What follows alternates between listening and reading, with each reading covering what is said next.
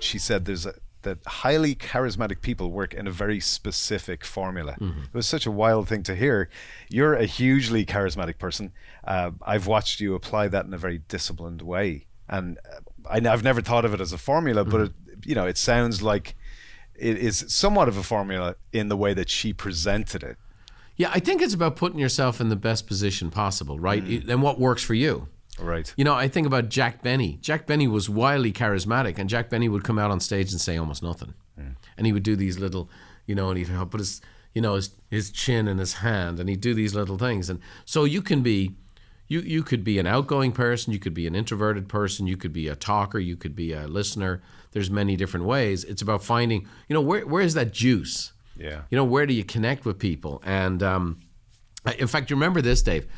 I guess it was 6 years ago, we had an engineer in here to help us build this studio. So we flew him in from Nashville. This guy's this brilliant studio engineer. We were spending a ton of money to build this thing out. And you remember? I do. We were walking around, and this guy was literally, he was a tech engineer, sound specialist. And he couldn't look me in the eye, remember? And I tried to engage him in a conversation, and he was looking down, he was looking away from me, and he mumbled a few answers, and I was trying to be nice to him. The more I was trying to be nice to him, the more I seemed to be putting him under pressure. So I kind of backed off and, tried to create a bit more comfort for him. And, Danny, our other producer here, made him one of his Colombian coffees. And next thing you know, he was talking about Colombian coffee. And so we found out what his cue was.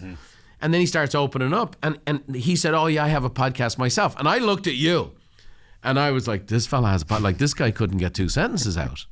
This guy was as nervous and as shy a human being as I ever met. And he goes, yeah, you got 150,000 people every week. And I'm like, huh? Like, it took me a long time to get to 150,000. What? Yeah. Here's the dynamic. He was speaking on his specialty.